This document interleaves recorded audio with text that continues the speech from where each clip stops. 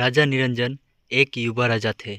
उनके राज्य का विस्तार बड़ी तेजी से हो रहा था, लेकिन उन्हें एक अजीब समस्या का सामना करना पड़ रहा था। एक बहुत ही सुंदर स्त्री, बोला कि खूबसूरत, लेकिन वो सम्मोहन में बड़ी कुशल थी। उसने न सिर्फ इस राज्य में बल्कि कई राज्यों में अपना जादू चला रखा था। सम्मोहित करके वो लोगों से कुछ भी काम करवाती थी। राज्यों में चोरी, लूटपाट और खून आम बात हो गई थी। उस स्त्री का लेकिन अभी तक कोई पता नहीं लगा पाया था, ना ही ठीक से उसके बारे में कोई बता पा रहा था। आए दिन राजा के सामने कोई ना कोई याचना लेकर राजमहल आता था। राज्य में चर्चा थी उस स्त्री का।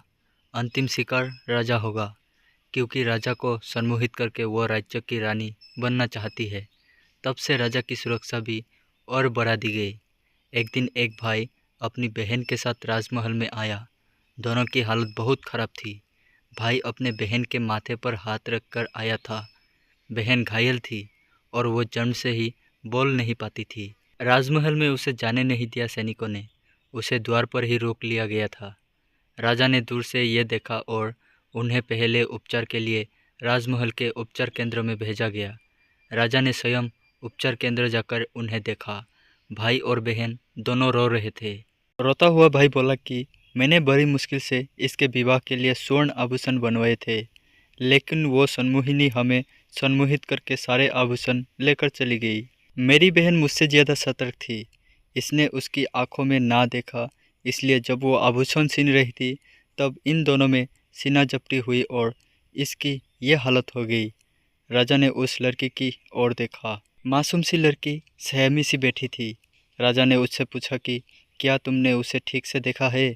उसे पकड़ने में हमारा सहयोग कर सकती हो? उसका भाई बोला, सरकार ये जन्म से ही गूंगी है, बोल नहीं सकती।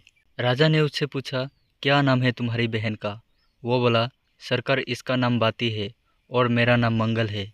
राजा उस समय वहाँ से चला गया, लेकिन उस मासूम लड़की का चेहरा और रोना उसकी आंखों में घूमता रहा। रात को राजा फिर उपचार केंद्र गया। वो लड़की और उसका भाई जाने की तैयारी में थे। राजा ने उन्हें जाते देखकर बोला कि कहाँ जा रहे हैं? राजा अब उस लड़की बाती की आंखों में ही देख रहा था। बिल्कुल निर्दोष उसकी आंखें राजा के हृदय को चीर रही थी। राजा ने उनसे कहा कि आप दोनों राजमहल के मेहमान बनकर यही रहेंगे। राजा की आंखें उस लड़की से हट ही नहीं रही थी। रात्रि में उसे नींद नहीं आई। रात्रि में ही राजा ने विचार कर लिया कि उसे क्या करना है। सुबह राजा शीघ्र ही उठ गया।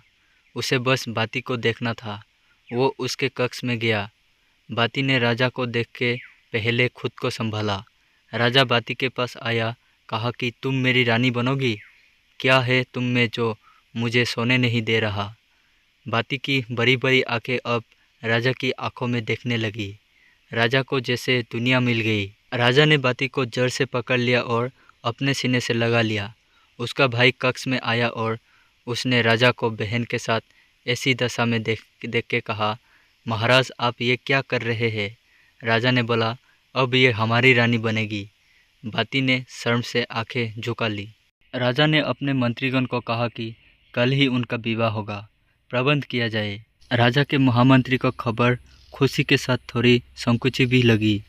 तभी अचानक द्वार पर एक लड़की बहुत रो रही थी। महामंत्री वहाँ गए। तब उन्हें पता चला कि वह लड़की भी बोल नहीं सकती। वो इशारों में कुछ समझाना चाह रही थी।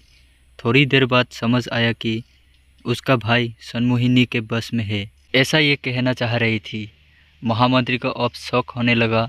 उसे पता चल गया था कि ये उसकी असली बहन है और राजा भी अब उस सम्मोहिनी के बस में है। राजा एक पल के लिए भी उसका हाथ वह छोड़ नहीं पा रहा था।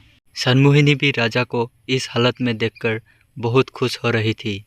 वो सोच रही थी, ये राजा तो अब मेरे लिए मरने को भी तैयार हो जाएगा। बस मुझे इसे इसी तरह सम्मोहित करके रखना होगा। महामंत्री को लग गया कि राजा को अब इस स्त्री के चुंगल से छुड़ाना होगा। वो राजा के पास गया और कहा कि राजा कल आपका विवाह है और विवाह के पूर्व कुछ रस्में और शगुन होते हैं, इसलिए विवाह के पूर्व आप ऐसे रानी के साथ एकांत में नहीं रह सकते। उस स्त्री ने महामंत्री की ओर देखा, लेकिन वो आंखें नीचे करके ही रहे। उन्हें पता था कि अगर एक बार उनकी आंखों में उसने देख लिया तो वो भी उसके बस में आ जाएगा। राजा नहीं माना। फिर महामंत्री ने कहा कि ये सब आपके विवाह के सफल होने के लिए ही है, और फिर एक रात्रि की ही तो बात है, उसके बाद पूरा जीवन पड़ा है। राजा अब मान गया, जाने को तैयार हो गया। सनमोहिनी की व्यवस्था थी कि वो कुछ बोल नहीं सकती थी, इसलिए कुछ बोल नहीं पाई और राजा वहाँ से चला गया। महामंत्री राजा को उनके कक्ष में ले गए। उन्हें पता था कि राजा को सच बताने से कोई फ़ायदा नहीं है, क्योंकि राजा उनकी बात नहीं मानेगा।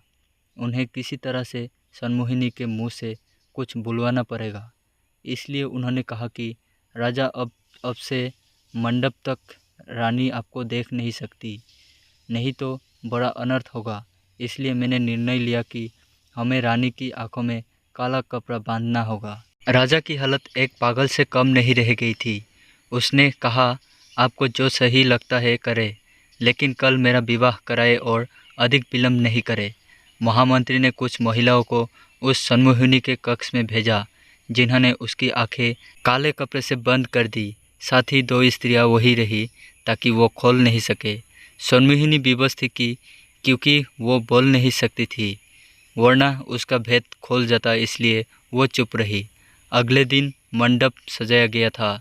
राजा आतुरता से वहाँ उसकी राह देख रहा था। दुल्हन कल लाया गया। आंखों पर काला कपड़ा था। फिर मंडप पहुँचने पर कपड़ा हटाया गया। जैसे ही कपड़ा हटा, सनमोहिनी को कुछ दिखाई नहीं दिया, जिस कारण उसे पीड़ा और क्रोध आने लगा, क्योंकि उसकी शक्ति तो आंखों में ही थी। वो जोर से चिल्लाई, महामंत्री, तूने मुझे अंधा कर दिया।